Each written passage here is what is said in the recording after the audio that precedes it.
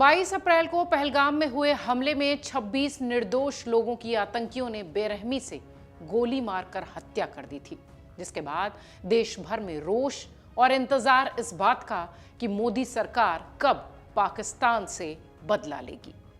पाकिस्तान से बदले को लेकर पीएम मोदी से लेकर अमित शाह तक आतंकियों को मिट्टी में मिलाने की बात कह चुके हैं। मोदी सरकार पूरी तरह से एक्शन में है और एक के बाद एक बैठकें कर पाकिस्तान के खिलाफ सख्त कदम उठाने की तैयारी कर रही है।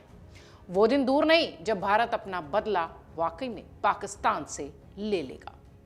निर्दोषों की हत्या कर जो आतंकियों ने घिनौना काम किया, उससे भारत को एक तरीके से कह लीजिए कि जो रेड लाइन थी, जो बॉर्डर लाइन थी, वो अब क्रॉस हो चुकी है।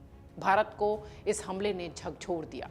यही कारण है कि आतंकियों का सफाया करने और पाकिस्तान को घुटनों पर लाने के लिए देश में सभी दल अब एक सुर में इस पूरे हमले की निंदा कर रहे हैं और मोदी सरकार को बिना शर्त समर्थन का ऐलान कर रहे हैं। लेकिन आतंकी हमले के बदले सियासी बहस भी दिखाई पड़ती है।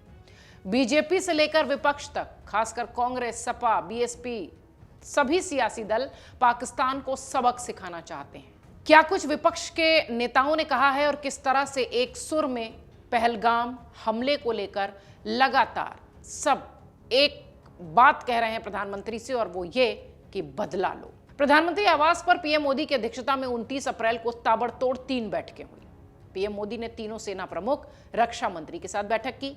इस बैठक में पीएम मोदी ने आतंकियों पर कार्रवाई के लिए सेना को खुली छूट दी। इसके बाद से ही पीएम मोदी ने यह भी कहा कि आतंकियों के खिलाफ एक्शन कब, कहां और कैसे होगा, इसकी पूरी प्लानिंग सुरक्षा बल ही तय करेंगे। इसके बाद पीएम मोदी ने संघ प्रमुख मोहन भागवत के साथ भी 1.5 घंटे तक मंत्रणा की। बुधवार को पीएम मोदी की अध्यक्षता में सीसीएस की जो बैठक हुई और इसके बाद सीसीपीए की जो बैठक हुई, भारत ने आतंकी और उसके आकाओं को जमींदोज करने की तैयारी तेज कर दी है। केंद्र की मोदी सरकार अब फुल एक्शन में नजर आ रही है। पाकिस्तान और आतंक के खिलाफ पूरी तैयारी कर ली गई है। भारत में जारी इन हाई लेवल मीटिंग्स को और सेना की कार्रवाई को देखते हुए पाकिस्तान की धड़कनें तेज हैं। सरकार का स्टैंड साफ है, आतंकियों को बख्शा नहीं जाएगा, उनके आका को बख्शा नहीं जाएगा।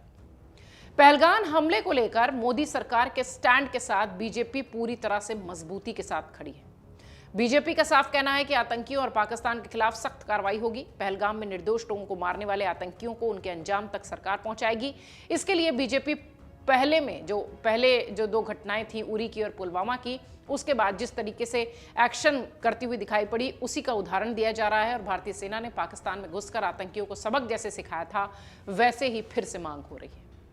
बीजेपी पहलगाम हमले का हिसाब भी उसी तरह से करने का लोगों को भी भरोसा दे रही है। बीजेपी ने साफ कर दिया है कि आतंकियों को इस बार मोदी सरकार पूरी तरह से जड़ से खत्म कर देगी। इसके लिए पाकिस्तान के खिलाफ सख्त एक्शन लेने की बात भी बीजेपी की तरफ से कही गई है। एक तरीके से बीजेपी का स्टैंड जो है वो ये है कि पाकिस्तान को मोदी सरकार ऐसी चोट देगा कि दोबारा वो भारत की तरफ नहीं देखेगा। मोदी सरकार के साथ कांग्रेस भी खड़ी है। पहलगाम हमले के बाद से ही कांग्रेस मोदी सरकार के साथ मजबूती से नजर आती है। राहुल गांधी और कांग्रेस अध्यक्ष मल्लिकार्जुन खड़गे ने बिना शर्त मोदी सरकार को समर्थन का ऐलान किया। आतंकवाद और पाकिस्तान के खिलाफ मोदी सरकार के हर कदम के साथ होने की बात कही।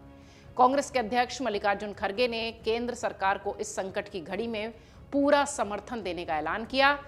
प्रधानमंत्री नरेंद्र मोदी को एकजुटता और सहयोग का संदेश भी लगातार कांग्रेस के अध्यक्ष देते हुए नजर आए। इधर राहुल गांधी ने भी इसी बात को दोहराया। उन्होंने कहा कि वो मोदी सरकार के साथ हैं इस पूरे मामले में। कांग्रेस ने देश की एकता, सुरक्षा को सर्वोपरि बताया और कहा कि देश सबसे महत्वपूर्ण है। धर्म, भाषा और अन्य मुद्दे बाद में आते हैं। हमें आतंकवाद के खिलाफ एकजुट होकर खड़े होना है।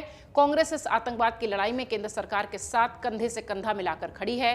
कांग्रेस ने आतंकवाद के खिलाफ कठोर कदम उठाने के लिए मोदी सरकार से तैयारी कह दी है, बात कर ली है और देश की सुरक्षा और अखंडता के लिए सभी को मिलकर प्रयास करने की बात लगातार कांग्रेस कह रही है।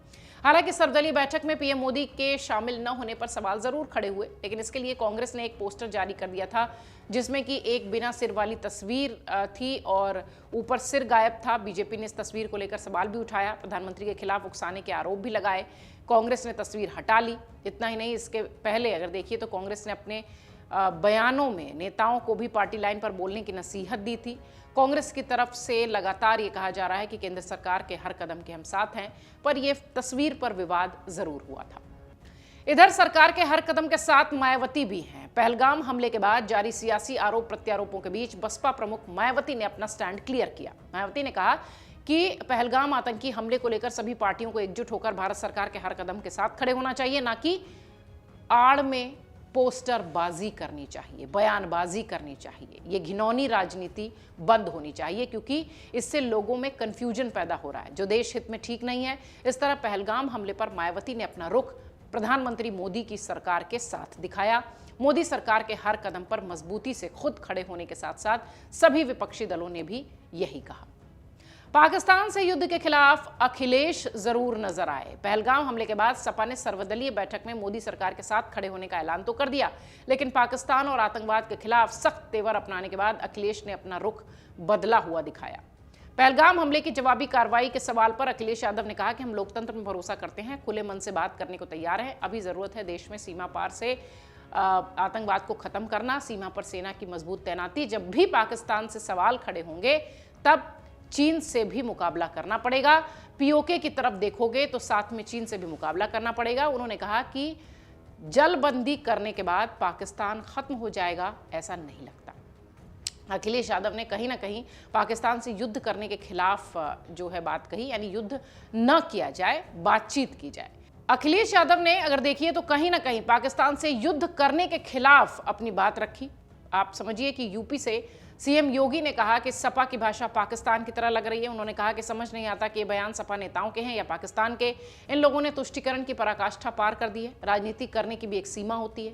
ऐसे बयान शर्मनाक हैं। उन्होंने कहा कि हमले के आतंकवादी किसी भी कीमत पर नहीं बचेंगे। बीजेपी के सवाल जो इस तरीके से होते हैं, सपा क्यों नहीं चाहती कि पाकिस्तान पर हमला हो। उमर अब्दुल्ला की नेशनल कॉन्फ्रेंस की भी बात कर लेते हैं। उमर अब्दुल्ला का बयान, उमर अब्दुल्ला का विधानसभा में संबोधन निश्चित तौर पर उमर अब्दुल्ला के लिए भी और देशवासियों के लिए भी बहुत ही ज़्यादा परेशान करने वाला था, दुखदाई था।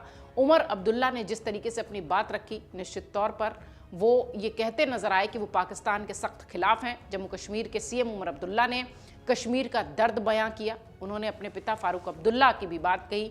फिर पिता उनके फारूक अब्दुल्ला ने भी पाकिस्तान को जमकर घेरा। उन्होंने पाकिस्तान के खिलाफ सख्त चेतावनी जारी करते हुए कहा कि भारत अब कमजोर नहीं है, जो भी साजिश रचेगा उसे मुंह तोड़ जवाब मिलेगा। फारूक अब्दुल्ला ने आतंकवाद के खिलाफ प्रधानमंत्री नरेंद्र मोदी के साथ खुलकर खड़े होने का भी ऐलान किया। उन्होंने कहा कि हमने प्रधानमंत्री को पूरा समर्थन दिया है, अब उन्हें जो जरूरी लगेगा वो करें। हम उनसे अब कोई। अगर आप ये वीडियो YouTube पर देख रहे हैं तो हमारे चैनल को सब्सक्राइब कर बेल आइकन दबाएं, और Facebook पर देख रहे हैं तो हमारे पेज को लाइक करें। 8 मिलियन प्लस सब्सक्राइबर, आपके इस भरोसे के लिए बहुत धन्यवाद।